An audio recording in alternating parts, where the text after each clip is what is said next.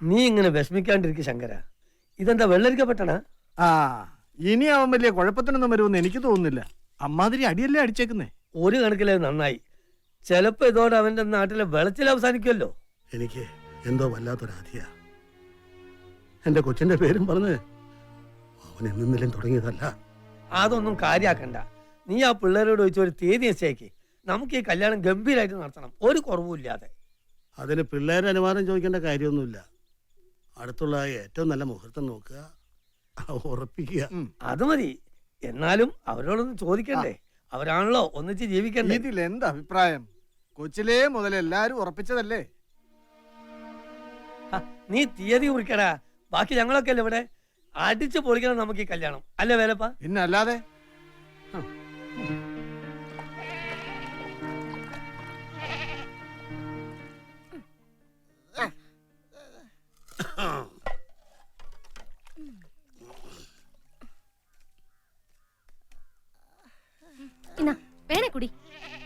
നിന്റെ ദേഷ്യം ഇതുവരെ തീർന്നില്ല മോളെ.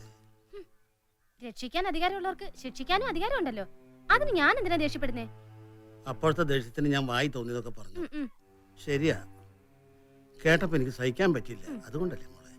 അതിനിപ്പോ ഞാൻ എന്ത് തെറ്റ് ചെയ്തിട്ടാ? എന്നെ ഉപദ്രവിച്ചിട്ടല്ലേ ചോദിക്കാൻ ചെന്നേ? പേടി കൊണ്ടാ മോളെ. ഓ, എന്നിട്ടിപ്പോ പേടിയൊക്കെ പോയോ? ചെല്ലു ചെല്ലു.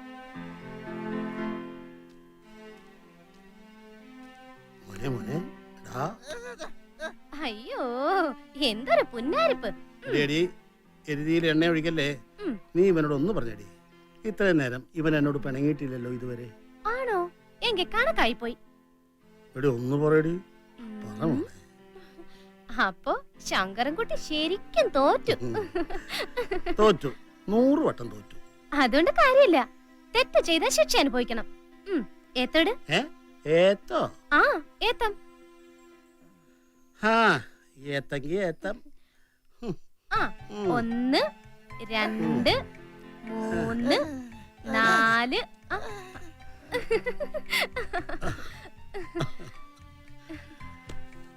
എനിക്ക് സ്നേഹമില്ലാഞ്ഞിട്ടാണോ ഞാൻ ഇവനെ ചീത്ത വിളിച്ചത് എന്നാവും മക്കൾ കരുതിയതല്ലേ? ശിവൻ കോയിലിൽ നിന്ന് കൈ കിട്ടിയെന്ന് മുതല് ഒരു ഇറുക്കിലി എടുത്ത് അടിച്ചിട്ടുണ്ടോ ഇവനെ? ഇവന്റെ എന്തെങ്കിലും ഇഷ്ടത്തിന് ഞാൻ എതിര് നിന്നിട്ടുണ്ടോ? അന്യനായിട്ടല്ലോ, എന്റെ മോനായിട്ടല്ലേ ഞാൻ വളർത്തിയത്, എന്റെ അപ്പുമായിട്ട്.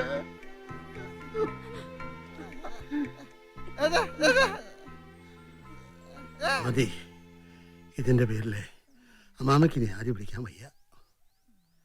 ഇവന്റെ ചിറകിലാകുമ്പോ എന്റെ മോക്ക് ഒന്നിനൊരു കുറവുണ്ടാവില്ല.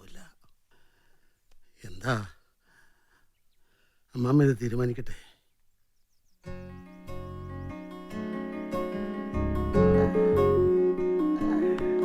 കുട്ടിക്കളിയൊക്കെ മതി.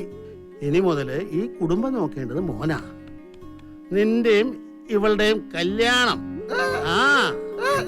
ഞാൻ ഉറപ്പിക്കാൻ പോവാ. എന്താ നിന്റെ അഭിപ്രായം? എന്താ? അപ്പൊ ഉറപ്പിച്ചു.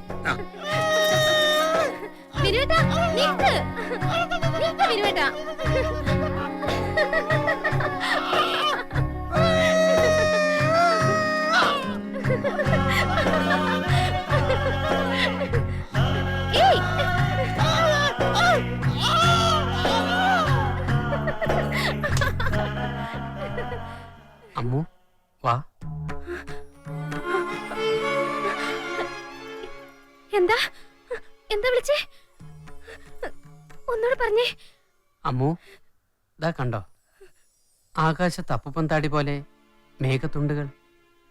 എന്തു ഭംഗിയല്ലേ?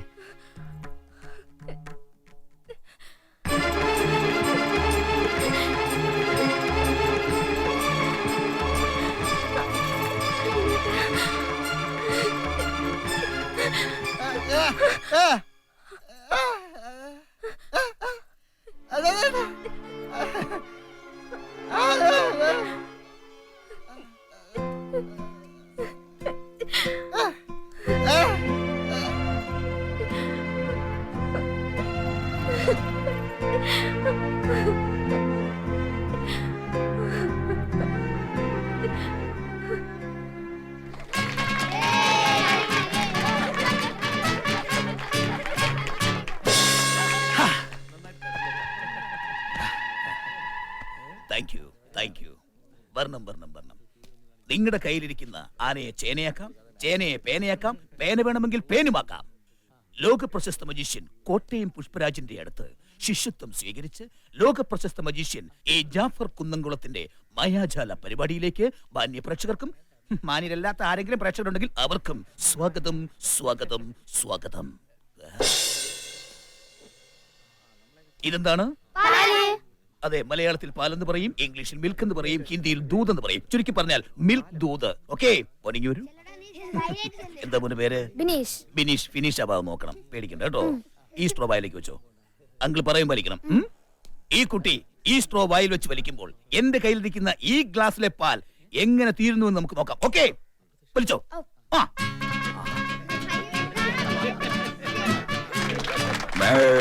പശുവും പാല. അതെ, നിന്റെ അഭ്യാസം കൊണ്ട് ചെലവാകത്തില്ല. ഇതാണോ മാജിക്? ഇതല്ല മാജിക്, ഇത് മാജിക് ആണെന്ന് ഞാൻ പറഞ്ഞു. തോക്കി കയറി ഇവിടെ വെക്കല്ലേ. പല മജീഷ്യന്മാരും കാണിക്കുന്ന ഒരു ഐറ്റമാണിത്. ഒരു പെൺകുട്ടിയെ 2 പീസാക്കി മുറിച്ചിട്ട് വീണ്ടും യോജിപ്പിക്കുക. ഈ മാജിക് ആദ്യമായിട്ട് കാണിച്ചത് ഞാനാണ്. തിരുവനന്തപുരത്ത് വെച്ച് ഇതേപോലൊരു മാജിക് ഞാൻ അവതരിപ്പിക്കുകയുണ്ടായി. ആയിരക്കണക്കിന് ആൾക്കാരുടെ മുന്നിൽ വെച്ച് ഒരു പെൺകുട്ടിയെ മെച്ചമേൽ കിടത്തി എന്റെ കയ്യിലുള്ള വാളുകൊണ്ട് ഞാൻ 16 പീസാക്കി വെട്ടി വെട്ടി വെട്ടി വെട്ടി വെട്ടി മുറിച്ചു മാറ്റി. അതിന്റെ കേസ് ഇപ്പോഴും കോടതിയിൽ നടക്കുക. നീ ഇവിടെ വന്നോ? ഞാൻ എവിടെയും വരും. നീ മൊബൈലിൽ കാണുമ്പോ ഞാൻ അത് ടവറിൽ കാണും. ഉപദ്രവിക്കരുത്.